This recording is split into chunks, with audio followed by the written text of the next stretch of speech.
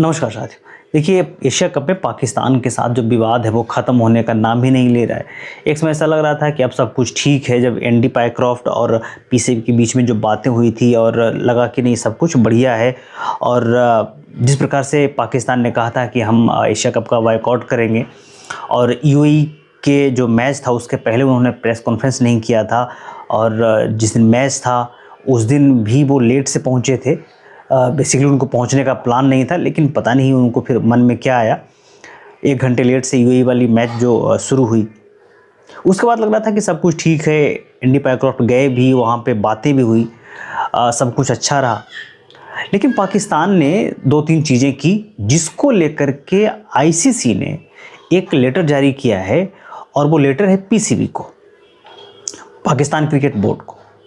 उसमें पहला प्रश्न पूछा गया है कि आपने जो एंडी पायक्रॉफ्ट है उनका वीडियो क्यों रिलीज़ किया, और वीडियो रिलीज़ भी किया तो आवाज़ म्यूट क्यों किया।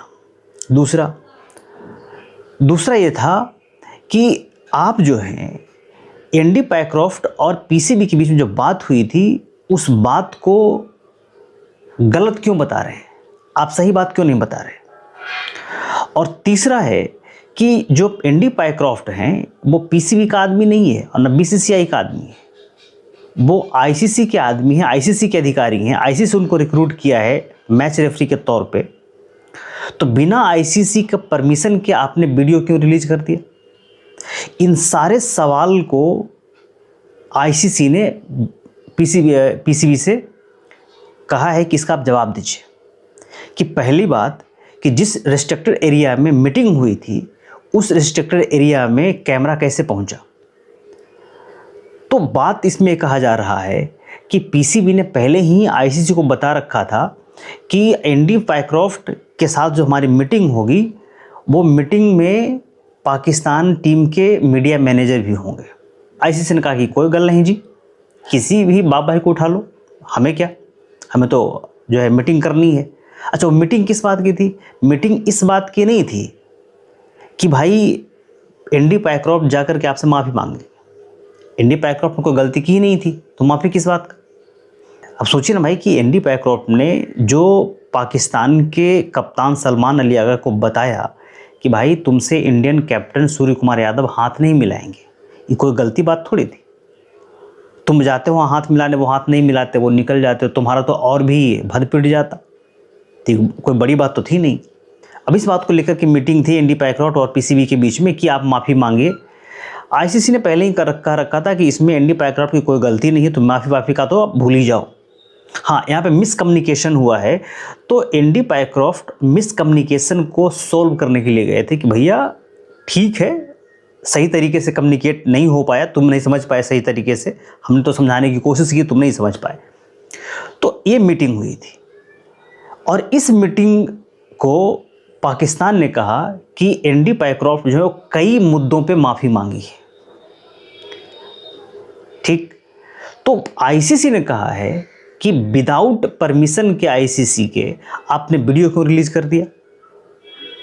और दूसरा कि आप जो है एंडी पायक्रॉफ्ट और आपके बीच में जो बातें हुई है उस बात को न बता के आप गलत बात क्यों बता रहे हैं।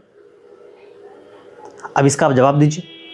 तो यहाँ पर पीसीबी बुरी तरीके से फंसता हुआ दिख रहा है। खबरों में तो ये भी कहा जा रहा था कि पीसीबी ने जो है वो सूर्य कुमार यादव के खिलाफ आईसीसी में कंप्लेन किया है, जो कि सरासर गलत है, ऐसा नहीं हुआ है। अब इन बातों को लेकर के पीसीबी और आईसीसी के बीच में ठन चुकी है कि आप जो कर रहे हैं वो आपकी मनमानी है, और हो सकता है कि इस पे कुछ पेनल्टी भी लग जाए पीसीबी को।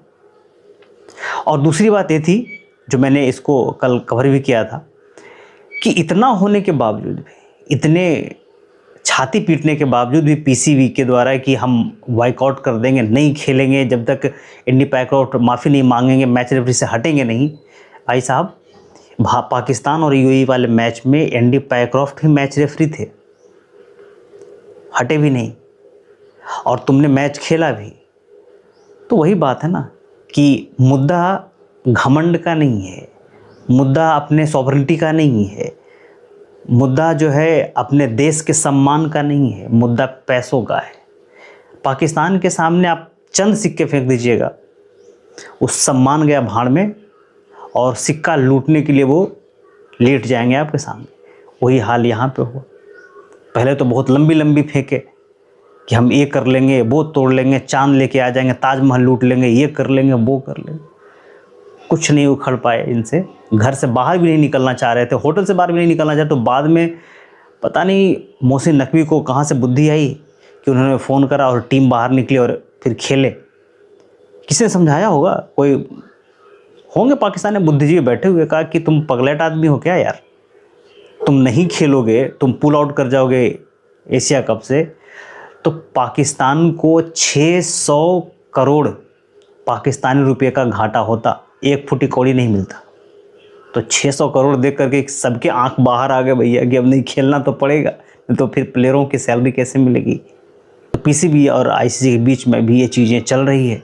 अभी देखना होगा कि 21 तारीख वाले मैच में एक तरफ इंडिया होगा, दूसरी तरफ पाकिस्तान होगा, तो क्या फिर से हैंडशेक होता है कि नहीं होता है? आप लोग क्या कहते हैं?